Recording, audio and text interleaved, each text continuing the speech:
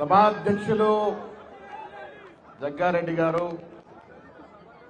గౌరవ as incharge మా సోదరిమణి మీనాక్షి నటరాజన్ గారు, ఆందోళ్ గడ్డ రామన్న హడ్డ దామోదర్ రాజనరసింహ గారు,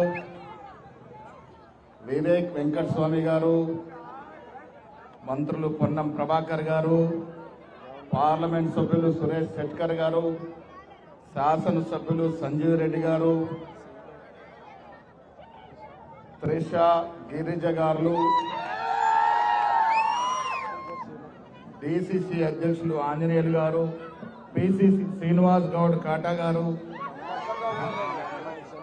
సంగమేశ్వర్ గారు, ఇక్కడ in charge vice president Mirza Nawab గారు, ఇన్ఛార్జ్ ప్రధాన కార్యదర్శులు, అదేవిధంగా రాజ్ ఠాకూర్ గారు, నాయక్ గారు, వేదిక పైన పెద్దలందరికీ, మెదక్ జిల్లా కాంగ్రెస్ నాయకులందరికీ, మీ అందరికీ, పత్రికా మిత్రులకి నమస్కారాలు. ఈ ప్రభుత్వం మీ ఆశీర్వాదం వల్ల వచ్చిన ప్రభుత్వం, మీరందరూ ఆశీర్వదించి ఓటేస్తే వచ్చినటువంటి ప్రభుత్వం. రేవంత్ రెడ్డి గారు ముఖ్యమంత్రిగా మీ అందరి సహకారంతో ముఖ్యమంత్రి పీఠాన్ని పయనిస్తున్నటువంటి సందర్భం. మిత్రులారా, చాలా సందర్భాల్లో చెప్తాను,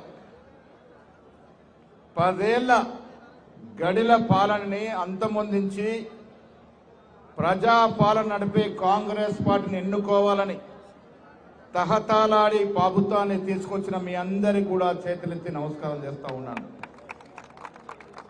మిత్రులారా, వాళ్ళ పాదయాత్ర చేపట్టడానికి కారణం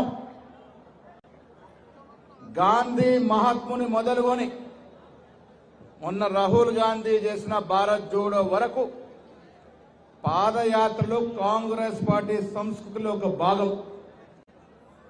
ఇలా మీరు అడగొచ్చు, ప్రతిపక్షాలు అడగొచ్చు, అధికారంలో ఉన్నారు, పాదయాత్రలు ఎందుకు చేస్తా ఉన్నారని. అధికారంలో ఉన్నప్పుడే పాదయాత్ర అవసరం. దానికి కారణం పాదయాత్రల వల్ల మేము మీ చెంతకు చేరుకునే అవకాశం ఉంటుంది, మీరు చెప్పే మాటలు వినే అవకాశం ఉంటుంది. మీతో కాళ్ళతో కాళ్ళు నడిపినప్పుడు జరిపిన సంభాషణలు, మీరు ఇచ్చిన సలహాలు, సూచనలు ప్రభుత్వాన్ని నడుపుతున్న రేవంత్ రెడ్డి గారికి చేరవేసే అవకాశం ఉంటుందనే మాట ఈ సందర్భంగా మనవి చేస్తా ఉన్నాను. మిత్రులారా, 2023కు ముందు మా అధినాయకులు సోనియా గాంధీ గారు, ఖర్గే గారు, రాహుల్ గాంధీ గారు, ప్రియాంక గాంధీ గారు అందరూ కూడా తుక్కుగూడ సభలో ఇచ్చిన వాగ్దానం 6 గ్యారెంటీలు, 42% రిజర్వేషన్ ప్రజలు నమ్మి ఓటేసినారు. కారణం సోనియా గాంధీ గారు ఒక మాట ఇస్తే మాట నిలబడతారని తెలంగాణ ఇచ్చిన సందర్భంలో గుర్తుపెట్టుకున్న ప్రజలు తెలంగాణలో కాంగ్రెస్ పార్టీ తీసుకురావాలి, సోనియా గాంధీ గారి మాటలు నమ్మాలని కాంగ్రెస్ పార్టీ అధికారం తీసుకొచ్చినారు. రేవంత్ రెడ్డి గారు ముఖ్యమంత్రిగా, బట్టి విక్రమార్క ఉప ముఖ్యమంత్రిగా అధిరోహించినారు. 20 మాసాల పాలన మిత్రులారా, గత 10 ఏళ్ల పాలన ఒకసారి పోల్చుకుందాం. ఈ ఆందోళన ప్రాంతంలో ఎంతమంది ఇళ్లలో ఉద్యోగాలు వచ్చాయో ఒక్కసారి చేతులు లేపర్స్గా నేను కోరుతా ఉన్నాను. ఉద్యోగాలు ఎవరికి వచ్చాయి? కేసీఆర్కి ఉద్యోగం వచ్చింది, హరీష్ రావుకు ఉద్యోగం వచ్చింది, కేటీఆర్కు ఉద్యోగం వచ్చింది, కవితకు 2 ఉద్యోగాలు వచ్చాయి, సంతోష్ రావుకు ఉద్యోగాలు వచ్చాయి. రాష్ట్రం కోసం ప్రాణాలు ఇచ్చిన మన బిడ్డలకు మాత్రం ఉద్యోగాలు రాలే. అదే కాంగ్రెస్ పార్టీ ఎన్నికలకు వచ్చి గెలిచి 11 మాసాల్లో 65,000 ఉద్యోగాలు ఇచ్చామనే మాట సందర్భంగా మనవి చేస్తా ఉన్నాను.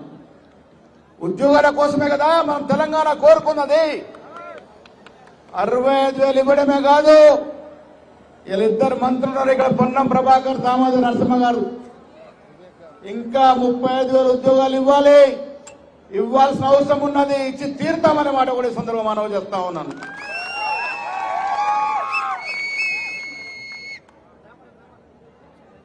ఇందిరమ్మ ఇల్లు ఇస్తా ఉన్నాం, సన్న బియ్యం వస్తుందని, ధనవంతుల్లాగా సన్న బియ్యం తింటామని ఎవరైనా ఉంచినారా మిత్రులారా? దేశ చరిత్రలో ఎక్కడ లేని విధంగా సన్న బియ్యం కార్యక్రమం తెలంగాణలో అమలవుతా ఉన్నది. ఇందిరమ్మ ఇళ్లకు భూమి పూజలు చేస్తా ఉన్నాం. 40 లక్షల రేషన్ కార్డులు పెండింగ్ లో ఉంటే 10 ఏళ్లలో ఇలా 40 లక్షల రేషన్ కార్డులు ఇచ్చి 1,20,00,000 రేషన్ కార్డులు మొత్తం చేసి 3 కోట్ల మందికి రేషన్ అందిస్తున్న ఘనత రేవంత్ రెడ్డి గారి ప్రభుత్వం అనే మాట మనవి చేస్తా ఉన్నాను. సంక్షేమం కాదు, అభివృద్ధి బాట. విద్య, వైద్యం ఆధునికనిస్తా ఉన్నాం.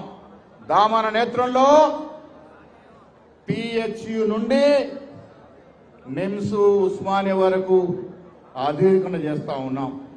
కేసీఆర్ సమయంలో ఎవరు బాగుపడ్డారు? ఏ ఆసుపత్రులు బాగుపడ్డాయి? పేర్లు చెప్తారా?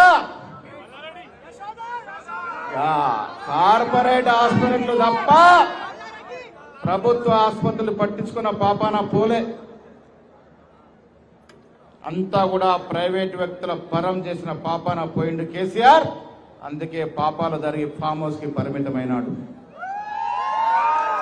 మీ జిల్లా నాయకుడు హరీష్ రావు గారు 6 అడుగులు ఉంటాడు, నోరెప్పితే అబద్ధాలు చెప్తా ఉన్నాడు. బనకచర్ల ప్రాజెక్టు కట్టడమైంది ఆంధ్ర ప్రాంతంలో. ఎవరి చేతకానితనం వల్ల కట్టింది? హరీష్ రావు కాదా? హరీష్ రావు కేసీఆర్ సంతకం పెడితే మనకు రావాల్సిన నీటి వాటా తాకట్టు పెడితే ఇలా బనకచర్ల నిర్మాణం అయింది. మన ఆట ఎత్తుక ప్రమాదం ఉంది. ఇలా లోకేష్ మాట్లాడుతూ ఉన్నాడు కేసీఆర్ యొక్క మంచితనం గురించి.